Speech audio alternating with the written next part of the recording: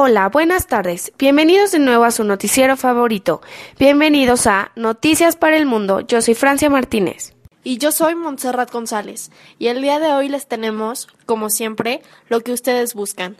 Les presentaremos las mayores noticias internacionales de este día, 5 de junio del 2017.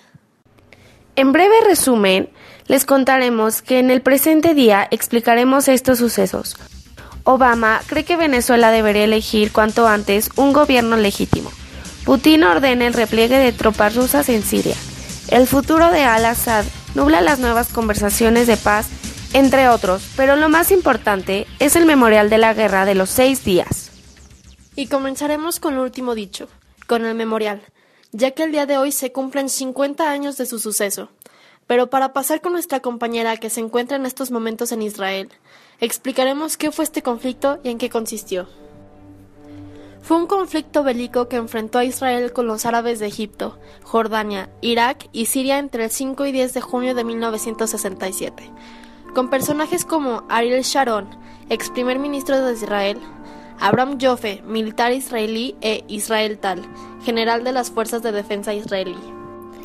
Al finalizar la guerra, Israel había conquistado la península del Sinaí, la franja de Gaza, Cisjordania, Jerusalén Este y los altos del Golán. La zona donde ocurrió esta guerra fue en el Oriente Próximo. Ahora pasamos con nuestra compañera Moni, que se encuentra en el país ganador, Israel. Te escuchamos, Moni. ¿Cómo te encuentras? ¿Cómo está todo por allá? Hola, buenas tardes. Como ya le explicaron mis compañeras, me encuentro en zona de antigua guerra, en Israel. Aquí las personas están recordando todos los conflictos que hubo en 1967, esta guerra que se llevó a miles de almas. Los antecedentes de esta guerra fueron que en 1964 Israel completó el trasvase de agua desde el lago Tiberíades en el mar de Galilea hasta el Negev, siguiendo el plan Johnson, que asignó a Israel un 40% de las aguas del Jordán y a Siria y Jordania el resto. Con este plan puso en regadío una importante parte del desierto de Negev.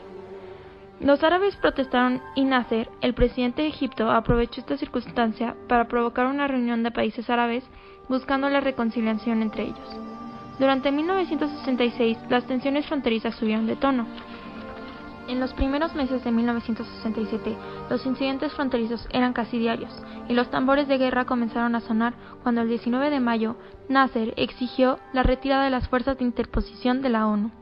Nasser se preparaba para un inminente enfrentamiento. Movilizó 80.000 hombres, armó a los palestinos de Gaza, firmó un pacto con Irak y Jordania, y el 22 del mismo mes anunció el bloqueo para los buques israelíes del Golfo de Aqaba. Israel consideró estos hechos como causa de guerra. Ahora, conociendo las causas, empezaremos a explicar los eventos importantes. Compañeras, las escuchamos. Empezando a explicar, tenemos que esta guerra tuvo dentro de ella 6 eventos, uno por cada día.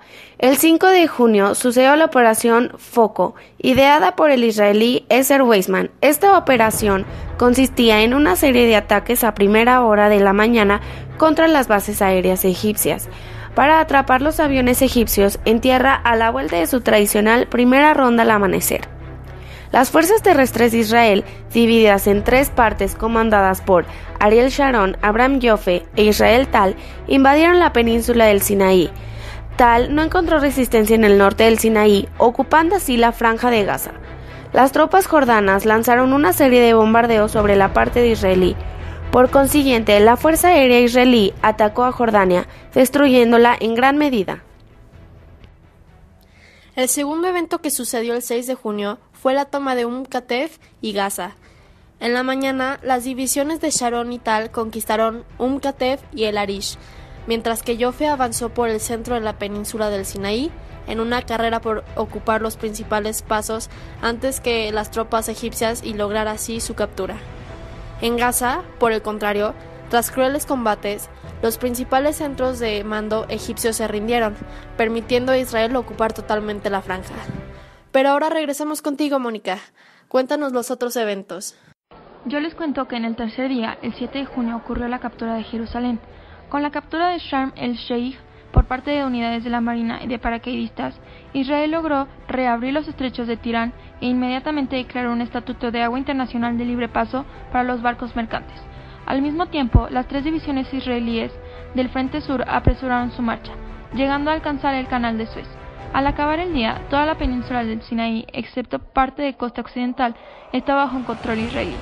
Asimismo, las divisiones israelíes en Cisjordania ocuparon Nablus, Judea y Hebrón, entre otras ciudades, llegando incluso a cruzar el río Jordán. El cuarto día ocurrió el ataque contra Liberty y una propuesta de tregua.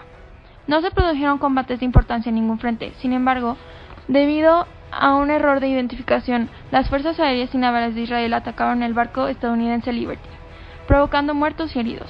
También el 8 de junio se realizó una propuesta de tregua que fue aceptada por Egipto pero no por Siria, lo que llevó a Israel a lanzar la campaña contra Siria de los días 9 y 10 de junio. A partir de ese día casi no hay actividad en los frentes sur y central de la guerra. En el día 5, el liderazgo sirio comenzó a bombardear y a llevar a cabo ataques aéreos en el norte de Israel, en cuanto la Fuerza Aérea Israelí completó su misión en Egipto y se dedicó a destruir la sorprendida Fuerza Aérea de Siria. Una amplia ofensiva siria fracasó. Entre los varios problemas con los que se encontró Siria estaba el que sus tanques eran demasiado grandes para atravesar los puentes. Por esta causa, varios tanques sirios se hundieron en el río Jordán al intentar cruzarlo. El mando sirio abandonó la esperanza en el éxito de un ataque terrestre y en su lugar comenzó un masivo bombardeo en las ciudades y a los civiles israelíes en el valle de Yul. Las fuerzas sirias se mostraron incapaces de presentar una defensa eficaz, en gran parte porque los oficiales eran mediocres y maltrataban a sus soldados. A menudo los oficiales se retiraban para escapar del peligro, abandonando a sus hombres y dejándolos desconcertados e inoperantes.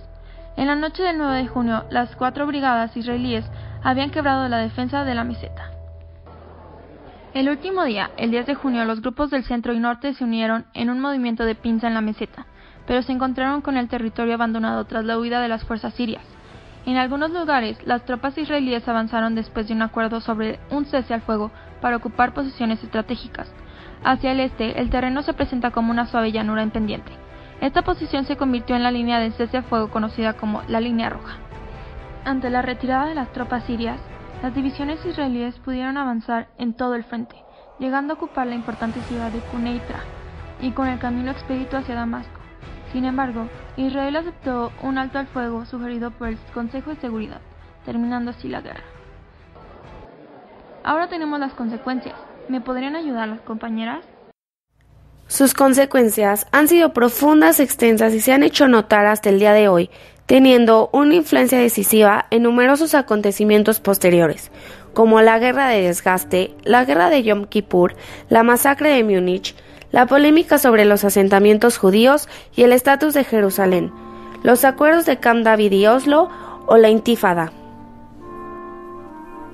Israel obtuvo por primera vez en su historia profundidad territorial, que le concedería capacidad para defenderse de la artillería árabe lejos de las ciudades israelíes y para evitarse en adelante la obligación de realizar ataques preventivos ante cada amenaza. Continúa explicando, por favor, Mónica. Por lo tanto, Israel se convertiría en potencia ocupante y permanente de una población árabe muy hostil, lo cual estimuló el nacionalismo palestino, creándose nuevas amenazas internas en los territorios ocupados y alejándose toda perspectiva de una solución negociada a corto plazo. Los efectos de todo ello perduran hoy en día. Dio comienzo entonces al aislamiento internacional ilustrado por las muchas resoluciones contrarias a Israel en la ONU. Dio un giro en la percepción de Israel, que hasta entonces gozaba de la simpatía de la izquierda no comunista y en general de la opinión pública occidental. Y surgió un nuevo antisemitismo en Occidente, esta vez de raíz ideológica, no racista, invocando el antisionismo y el odio a Israel. Y por todo esto se celebra este memorial en Israel. Regresamos al estudio con ustedes, compañeras. Muchas gracias, Moni. Ahora, después de los comerciales, veremos el tema de Obama con Venezuela. Quédense en Noticias para el Mundo.